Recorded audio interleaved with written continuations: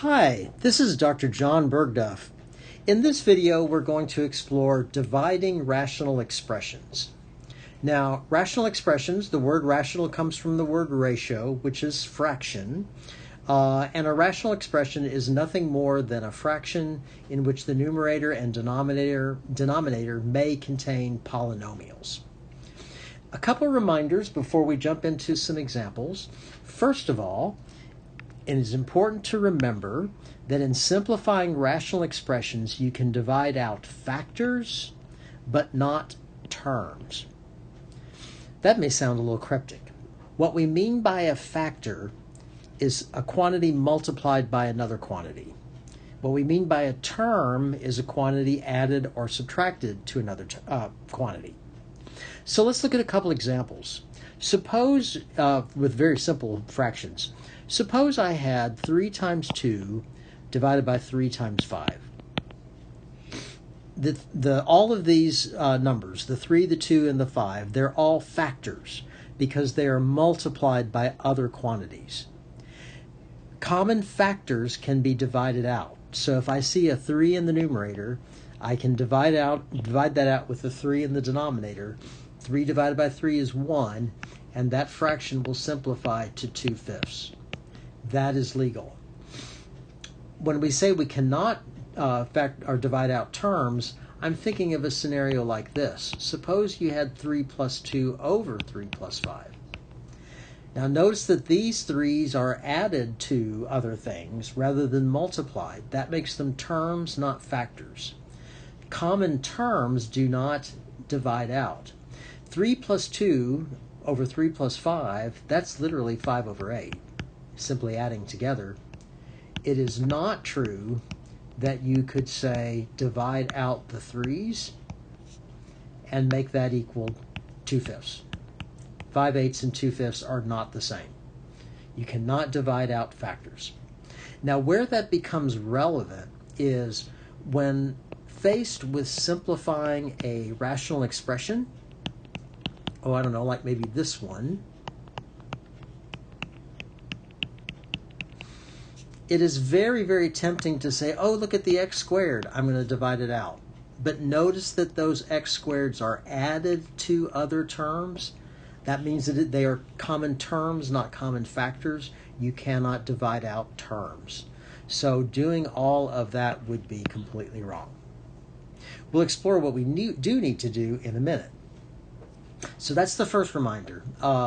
Divide out factors, but don't divide out terms.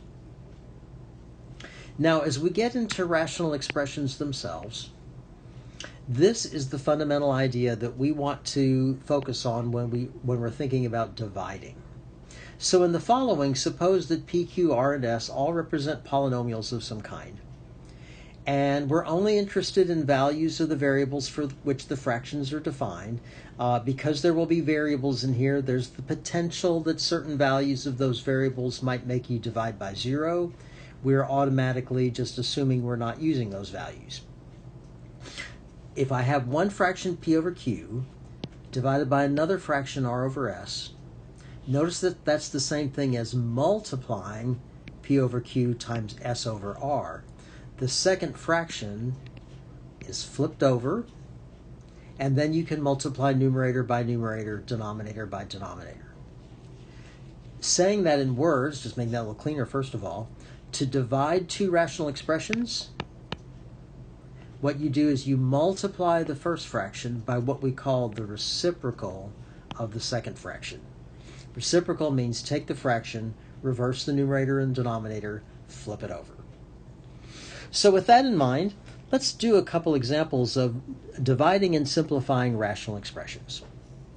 So here I have a couple rational expressions. You'll see the polynomials. Some are trinomials, some are monomials, some are binomials. It's all good. The most important thing we want to do to start with is to recognize that when I have one fraction divided by another, I'll multiply the first fraction by the reciprocal of the second. So you take the second fraction and you flip it over. Numerator becomes denominator, denominator becomes numerator. And that looks simple enough. except of course we probably want to simplify that. We would need to multiply numerator by numerator and denominator by denominator, and we could do that as is, but there's a very good chance that things may simplify. And the wise thing to do is to see whether any of the expressions you have currently would factor first. If they do, then there's a potential that the simplifying might be made easier. Let's see what I mean by that. So looking first at the first numerator, if we remember perfect square trinomials, we might recognize that that factors as a perfect square. That is x plus 1 squared. Or if you like, x plus 1 times x plus 1, which you also could get by trial and error. Notice that the 1 on the end, you need two numbers that multiply to give you the 1 on the end and add to give you the 2 in the middle. That'll do it. The denominator is really, there's nothing to factor there. It's just a 5 times 3 factors of x. And same for the 10x squared. Not much to do there either.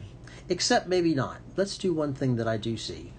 Looking ahead a little bit, I recognize that the 5 in the denominator of the first fraction has something in common with the 10 in the numerator of the second fraction. Why don't I write the 10 as 5 times 2? And we'll say why in a minute. Looking at the denominator of the second fraction, I see there a common factor of a 7. I could factor that out. Now, when I multiply these fractions, these rational expressions together, everything in the numerator will be in one fraction, everything in the denominator will be in one fraction. What that is to say is that if I do see a common factor between one numerator and the other denominator, it is perfectly legal to go ahead and divide those out. What am I thinking of? These 5s. The 5 in that numerator, it is a factor, it's multiplied by other things. It divides out with the 5 in this other denominator. Do we see anything else in common? I think so. There's an x plus 1 factor here and an x plus 1 factor there. If I can divide out common factors first and then multiply numerator by numerator, I think I'll be better off. Do we see any other common factors? Actually, I think we do. Look at the x cubed in the first denominator. I could have recognized that that x cubed is x squared times x. And guess what? I've got one more thing to divide out, those x squareds. Anything else? Okay, I think that's it. Remember that I could not divide out this x with this x because this x is added to something that makes it a term. So I don't want to do anything with that. Clear that out. Let's look at what's left. I think because it's just gotten messy, I'll just write down what's left. I have an x plus 1 in the numerator times a 2. And then in the denominator, I see an x from the first fraction and a 7 from the second. Multiply what's left, and I would have, by the distributive law, 2x plus 2 over 7x. I have now successfully divided those two fractions. Let's do another example. This one's got a little bit more going, but again, the ideas will be very, very similar. I'm dividing two rational expressions, so the very first thing I want to do is I want to consider the first fraction, which is right here, times the reciprocal of the second fraction. So I'm going to take that fraction and flip it over.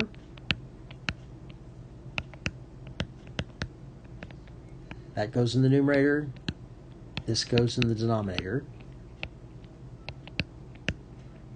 And then I want to ask myself, before I multiply numerator by numerator and denominator by denominator, can I factor anything in hopes that more things might divide out? I think we can. If we look at this first numerator, notice that that's a difference of 2 squares. And so that will factor as a plus 2b, a minus 2b.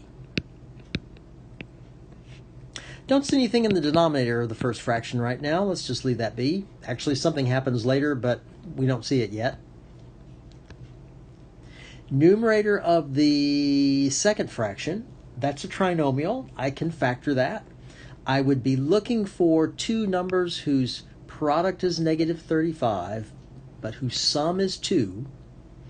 And a little bit of thinking tells me that if I chose a plus 7b and a minus 5b, that would do it. That would give me my 2ab in the middle. In the denominator, because the leading coefficient is not just a 1, it's a 2, I'm going to have to be a little bit more careful. I do know that if this factors, it would factor as something a plus something b, something a plus something b. I would need to remember that whatever two numbers go here and here have to give me a product of 2.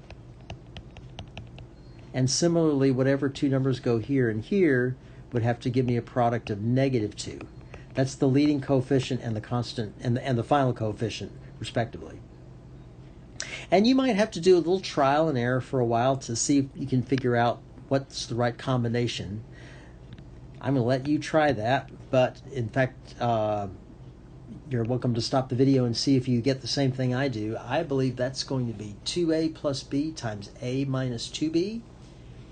Again, you might want to stop the video and check that by using the FOIL rule, and I do believe you'll find out that that gives you exactly the denominator in the second fraction. Okay, that was fun. Now, the purpose of all that is to see whether we can find any factors that divide out in advance. That would be awfully nice. If we do, then our simplification process should be much, much easier. Do we see any common factors? I see one for sure. Here's an a minus 2b in this numerator that divides this a minus 2b. And at first glance, that's all I see.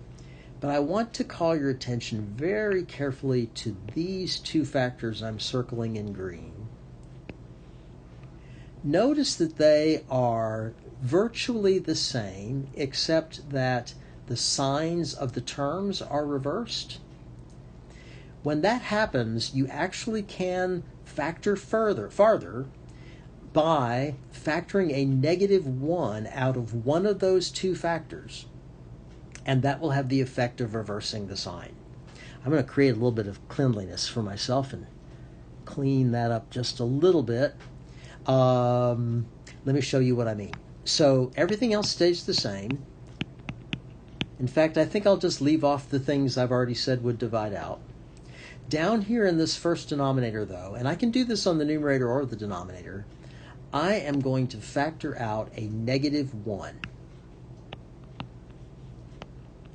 I can do that, and then by the distributive law, negative 1 times what would give me 5b? Negative 5b. What times negative 1 would give me a? Positive a. And check it by the distributive law. The negative 1 multiplies out. Negative 1 times negative 5b gives me 5b. Negative 1 times a gives me negative a. So that's legal. Let's look over here at the second rational expression. A plus 7b, a minus 5b, and one factor in this denominator is already gone. I have 2a plus b left. Okay, now look carefully at this factor and this factor. Although the order of the terms are different, they are identical, and therefore they will divide out.